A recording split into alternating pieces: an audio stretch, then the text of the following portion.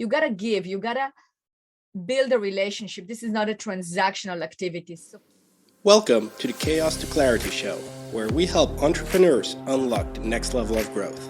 I'm your host, Gary, CEO and co-founder of Whale.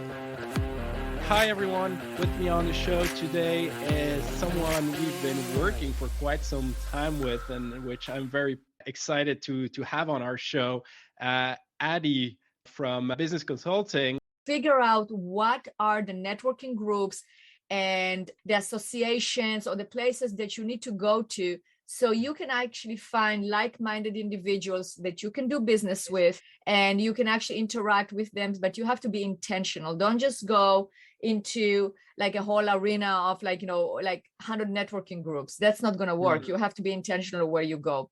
And in order to do that, ask yourself the specific questions of the target market, your target market, the people you can help. Like for instance, we network really well because we have the same target market. We can help clients together. I'm part of a group that services B2B and businesses the same size, so we pass referrals to each other because we can all help the same group. So number 2, find those networking groups and be intentional about it. Number 3, sorry to jump in, but I really like that, and this is a topic that tends to, or it's an item that tends to come back in each conversation we have, that being intentional and focusing on the audience that you want to reach. We tend to call it your ideal customer profile, but could be your ideal customer audience. And so I think it is a common mistake to just try and shoot arrows at multiple targets, while you're probably better off to just choose one target and then just aim very focusedly to that one specific audience in this case that you want to reach. So I love that tip. So I wanted to say on that one is that, don't think that you are only going to network with your ideal client, right? You have to create referral partners and be yourself a great referral partner.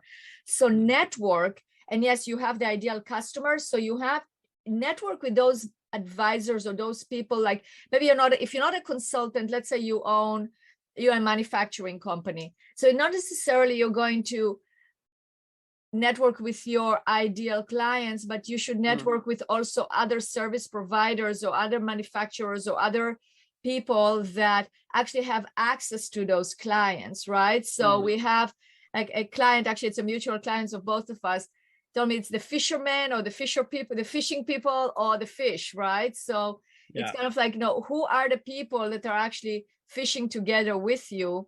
I don't know if I like the analogy necessarily of but it's a good analogy, or I like to call it the golden goose and the golden egg. I mean, I know we are all going here into animal analogies, but I think it's good. It's a good picture that you get in your mind is who are the people that are basically playing in the same sandbox as the people you're trying to reach, right? So that's how you build your network. So that should be part of the system, and you should actually have it systematize of what questions do you ask in order to figure out if this is a good event for me or not. Is this a good association to join or not? Is this a good networking group or not?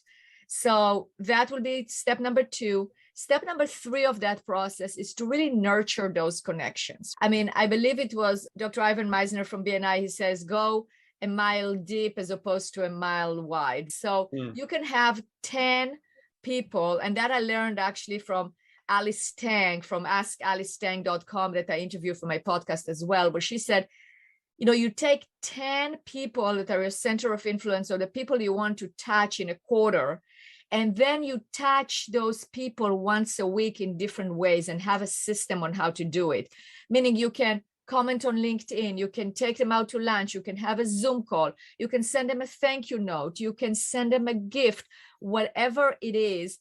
You can be intentional about it, but be caring.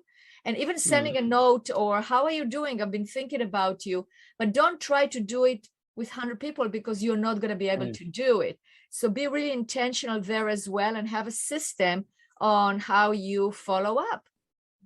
And then, right? And then number 4 is have a system on how to acknowledge the referrals. So have a system on how to say thank you.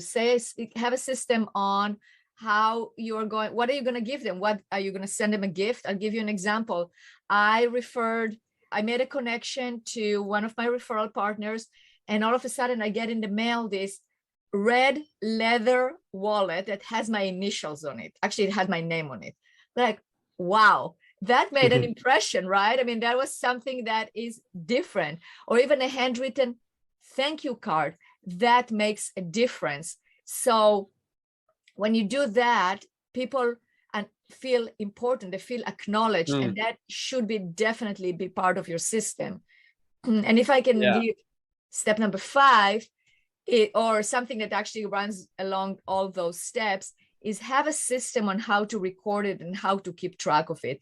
Meaning, like, use a CRM. If you use an Excel spreadsheet, whatever you want to use. I mean, obviously I recommend using a CRM, but something that will actually keep track of all of your activities, so it's easy for you to follow up and go back and then create that abundance of referrals and abundance of a big network where you are a contributor, you're giving, but you're also receiving. So those are my nuggets. Perfect. I love them.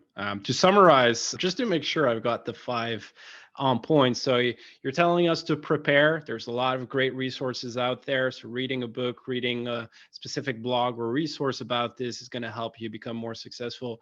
Be intentional about what you want to reach or who you want to reach. And I love that small tip you gave. Like, don't just focus on the end client, but focus maybe on who's in your ecosystem, who's in that community that could help you reach that end client. Nurture those people. And I definitely love acknowledging them. For more resources, go to usewhale.io.